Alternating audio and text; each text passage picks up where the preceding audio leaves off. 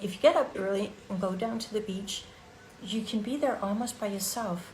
And to me, if you're really, really quiet on the beach really early in the morning, I can feel those people. I can feel Picasso and Matisse. I can feel Hemingway and Scott Fitzgerald and Zelda and all those people. Welcome to the Stories Cafe podcast, the espresso version of Stories Cafe, offering quick, enriching moments of reflection on literature, cinema, archetypes, philosophy, and the art of living deliberately. Just like a perfectly crafted espresso at a Parisian cafe, each episode is a brief pause for you to submerge yourself in something invigorating and fulfilling. I'm Annette Wernblad, course creator, internationally published author, and wanderer at heart. So cozy up as we explore the powerful world of stories, how they shape our lives, and teach us the art of living deliberately.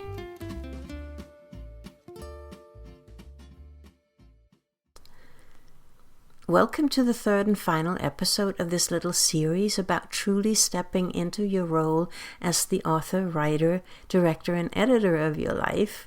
Today I will tell you about some of the amazing artists who lived and worked in Nice and the south of France. To get the full benefit of these 3 episodes, you can go back and listen to the previous 2 episodes if you missed them. I think it really is important to really truly own that, being the author of your own life, and start writing down your dreams and your plans from that place, even if they're dreams that you can't actually do right now. But if you have that kind of dream, write it down and see what happens, even if you can't do it now. So some of you may be asking, what on earth does this have to do with Picasso and Matisse? And probably on that level, maybe not that much. But one of the things about Nice, one of the things about being here, when you're in Nice and you look at the light here, the light is completely different than any other place I've ever been. And on the Côte d'Azur, that you can understand why all the painters lived here. You know, you can understand why this is where they decided to stay. And one of the things I just want to, this is just a little travel tip, is that you have all these little museums here that in Antibes, which is fairly close to here, you have the most lovely little Picasso museum. And it's like a villa that's been converted into a museum, and it's overlooking the sea, and outside you have all these Picasso sculptures. And it's not like a stuffy city museum. It's the kind of place you go in and the entire building is alive. So just a museum like that. But I also wanted to mention, in case you come here, that there's a town called Vence. You can actually take the bus to 2 little towns up in the mountains of Provence. One of them is called Saint-Paul-de-Vence and the other one is called Vence. And Saint-Paul-de-Vence has this hotel where Truffaut actually spent the last years of his life while he was sick. And what was so wonderful about that little hotel, La Colombe d'Or, is that all the famous painters stayed in the various rooms of that hotel and they painted directly on the walls. So if you stay in one of those rooms, you have original artwork, not as paintings, but actually painted directly on the walls by Picasso and Matisse and Chagall and all those other painters. And then if you take the bus just 2 or 3 stops further to Vence, is one of my favorite places in the entire world, which is a chapel. I'm just going to very briefly tell you the story of that, because they are stories too, even though they're live people. They're not structured stories written like that, but they're written indirectly by people who are very conscious of their own life. Deliberate, as you know, is my favorite word, deliberate in the way they lived their lives.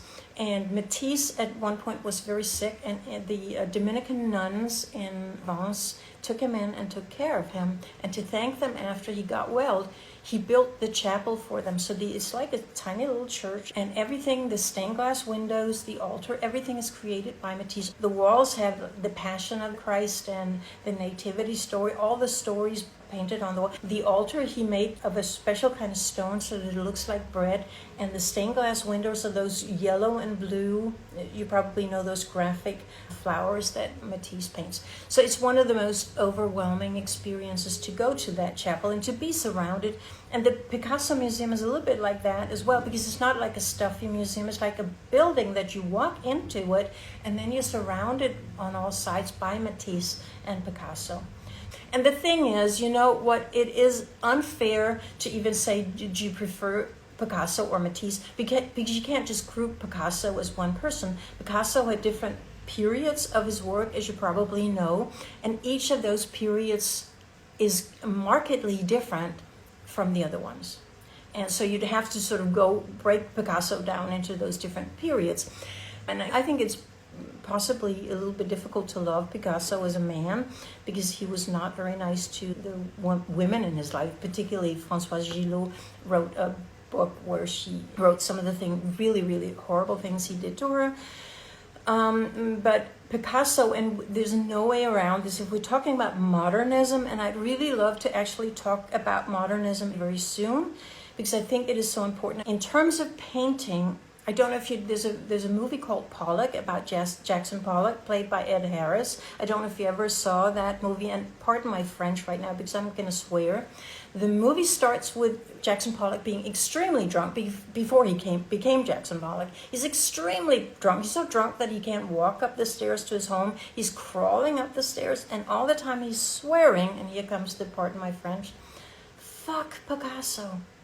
And what he means by that is Picasso already did everything. There is nothing you can do now to transform art, because Picasso already did everything. And then, of course, Jackson Pollock invents his famous neo-expressionist method of dripping paint. But so there is no way of overvaluing Picasso. He is, after the modernist period, is really the master.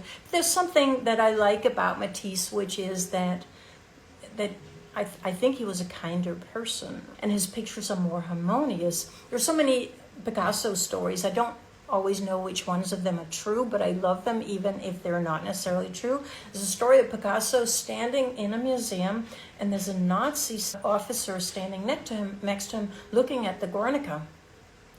And then the officer realizes who Picasso is, so he turns around and looks at him and he says, "Oh, so you're the one who's responsible for the Guernica?"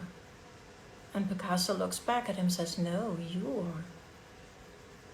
And in that sense, what Picasso was trying to do was much more unpleasant in a way, and he was probably a much more unpleasant person, whereas I think Matisse was more harmonious. Just actually one last thing is that if you get up early and go down to the beach, you can be there almost by yourself.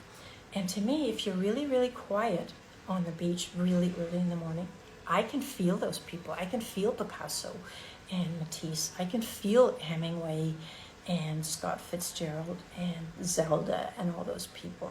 So I'm thinking that probably I will be talking more about artists in Nice and living in Nice, and how that is, it is so important. We've been through a terrible time. Take back your role as the author and screenwriter and director and actor and editor of your own life. It's never too late to go back and edit a movie and dream the new dreams. And even if you can't do anything right now, dream it. Even if you can't do it, dream it. And once you start dreaming it, things start happening. Thank you so much for joining me. I hope you enjoyed your espresso break and learned something new. If you're eager to dive deeper into the world of stories and ideas, be sure to hit the follow button in Spotify or the plus button in Apple Podcasts so that you get each new episode straight to your podcast app. You can also visit us at Stories Cafe. Just go to stories-cafe.com. There you can explore free content for a taste of what we offer, or if you're ready for more, a paid membership unlocks in-depth discussions, full access to our archives, and a vibrant community of fellow story enthusiasts. I am so thrilled to have you here, and I look forward to welcoming you back to the Stories Cafe soon.